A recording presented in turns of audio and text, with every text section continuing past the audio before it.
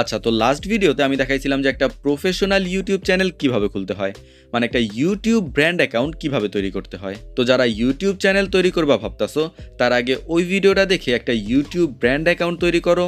আর এই ভিডিওটার মধ্যে আমি দেখাবো যে একটা নতুন ইউটিউব চ্যানেলকে কিভাবে প্রপারলি সেট আপ করতে হয়। ইউটিউব স্টুডিওর ভিতরে অনেকগুলা সেটিংস আছে যেগুলোকে আগে থেকে ঠিকঠাক না করে ভিডিও আপলোড করলে তোমার ভিডিওগুলা অডিয়েন্সের কাছে কখনো যাবেই না। তো তোমার যদি ইউটিউব চ্যানেল ক্রিয়েট করা হয়ে থাকে অথবা আগের কোনো চ্যানেল থাকে যেটার উপর তুমি অলরেডি কাজ করতেছো, তাহলে এই ভিডিওটা তোমার জন্য। সেটিংসগুলোকে ঠিকঠাক করার জন্য তোমার চলে যাওয়া লাগবে ইউটিউব স্টুডিওতে, যেটা তুমি আইকনে ক্লিক করে এখানেই পেয়ে যাবা। তোমার ফোনে যদি আগে থেকে ইউটিউব স্টুডিওর অ্যাপ ডাউনলোড করা থাকে তাহলে এইখানে ক্লিক করলে তোমাকে ওই অ্যাপে রিডাইরেক্ট করে নিয়ে যাবে।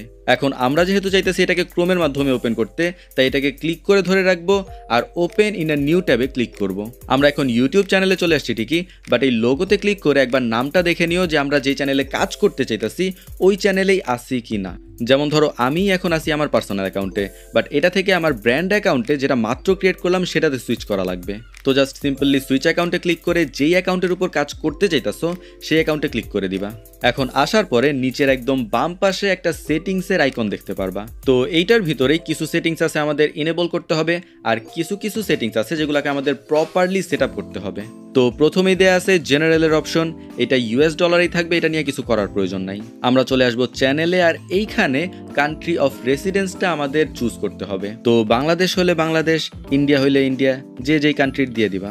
এর পরের অপশনটা হচ্ছে কিওয়ার্ডসের, যেটা খুবই ইম্পর্টেন্ট একটা সেকশন। আর এটা হচ্ছে তোমার চ্যানেলের কিওয়ার্ড, মানে তোমার চ্যানেল কি রিলেটেড, কোন ক্যাটাগরির, কোন টপিকের সেটা ডিফাইন করে। তো তোমার যদি সাপোজ গেমিং চ্যানেল হয় তাহলে কুল গেমার, বেস্ট গেমার অথবা বাংলাদেশি গেমার, এই ধরনের কিওয়ার্ডগুলো তুমি ইউজ করতে পারো। তো এইটা তোমার চ্যানেলের ক্যাটাগরি অনুযায়ী তোমার নিজেরই একটু রিসার্চ করে বের করে নিতে হবে। আমি একটা লিস্ট দিয়ে দিতেছি যে কোন চ্যানেলের জন্য তুমি কিরকম কিওয়ার্ড ইউজ করতে পারো, বাট তোমার চ্যানেল যদি এই ক্যাটাগরির বাহিরে হয় তাহলে লিস্ট দেখে আইডিয়া নিয়ে নিজের মতো করে বানিয়ে নিও। 10 থেকে সর্বোচ্চ 15টা ট্যাগ ইউজ করবা, এর বেশি না।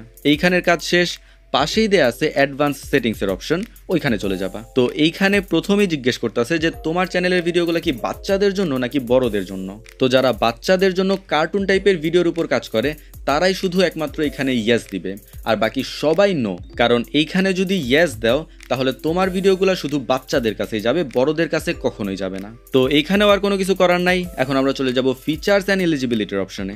এইখানে স্ট্যান্ডার্ড ফিচার্স সবার জন্যই আগে থেকে ইনেবল করা থাকে, বাকি দুইটা আমাদের নিজেদেরকেই ইনেবল করে নিতে হবে। আর এই দুইটা ইনেবল করা খুবই ইম্পর্টেন্ট। দ্বিতীয়টা ইনেবল করা খুব একটা প্যারার কিছু না।